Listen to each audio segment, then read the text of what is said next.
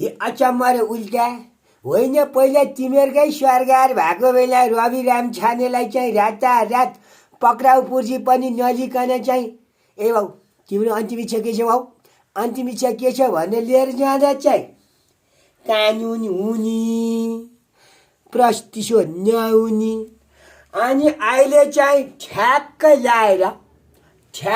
ल्याएर जान सम्बन्धी कसुरमा पक्रेर लिएर गएको हो नि त, होइन। अनि त्यसमा लाँदाखेरि पनि तिमीहरूको चाहिँ यो रोइलो चाहिँ किन कुरो बुझ्न नसके हामी सर्वसाधारणले के गरे आयो। अदालतको निर्णय कुर्न सकिन्न, अदालतमा गएर चाहिँ न्याय माग्न सकिन्न। अनि खेर अहिले चाहिँ के अरे पक्रेको चाहिँ तिमीहरूको पार्टी अध्यक्ष केपी शर्मा ओलीलाई मात्र हो कि काङ्ग्रेसका नेता पूर्व गृहमन्त्री रमेश लेखकलाई पनि हो? खै त काङ्ग्रेसहरूले त्यस्तो उत्पात उखरमाउले केही गरेका छैनन्।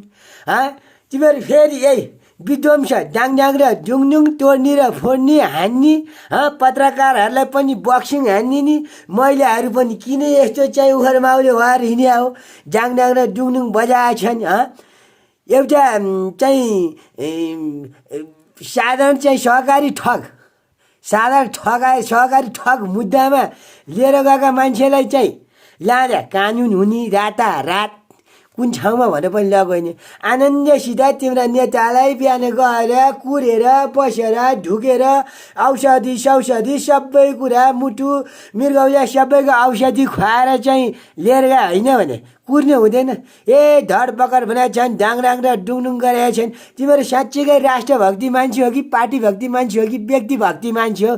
कुरा केही बुझ्न सकिन्न बा। अचम्म लाग्छ यो के को रोइलो हो हेत्तेरी। अब सुध्रिने चाहिँ कहिले? अब यही डाङडाङ डुङडुङ डाङडाङ डुङडुङ डाङडाङ डुङडुङ टाक्टुडिङ ढिस गरेर मात्र हुन्छ? त्यत बेमान हो। गर्नु छैन, एउटा गतिलो काम गरेर बन्छ नि आफ्नो काम गर्नु पर्दैन। यो अब त च्याट्ट लाएर आफू त यहाँ बारीमा च्याट्ट लाएर कामसाम गर्ने, अब यसो तरकारी सरकारी फलाउनु भन्न चाहिँ जान्ला छु म है। मलाई त त्यस्तो आन्दोलन केही पनि गर्न जानु छैन है। च्याक्क ल्याएर चाहिँ आफ्नो काम गरेर बस्ने। अब त्यहाँ अदालतले हेर्ने कुरा हेरिहाल्छ नि, वकिल सुकिल बस्यो हुन्छ नि, तिमीहरूका नि वकिल लिएर जाने।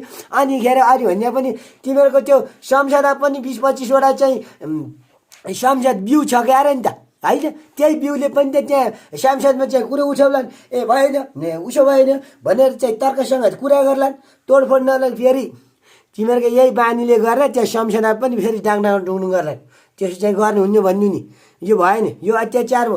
त्यस्तै खालि लडाइँ गरेछ, खालि झगडा गरेछ, कतिलाई उचाल्ने कतिलाई पछार्ने होइन। तिमीहरू चाहिँ कार्यकर्ताहरू चाहिँ कार्यकर्ताहरू के भयो कार्यकर्ताहरू खानै पाएर मात्र हो कि होइन भने चाहिँ यस्तो बेला त हिँड्नुहुन्न। सर्लक्क आफ्नो काम गर्ने, ट्याक्क ल्याएर नाच्न पऱ्यो नाच्ने, ट्याक्टर ढिस गर्ने, यसरी चाहिँ हिँड्ने हो। यस्तो आन्दोलन हिँड्ने होइन।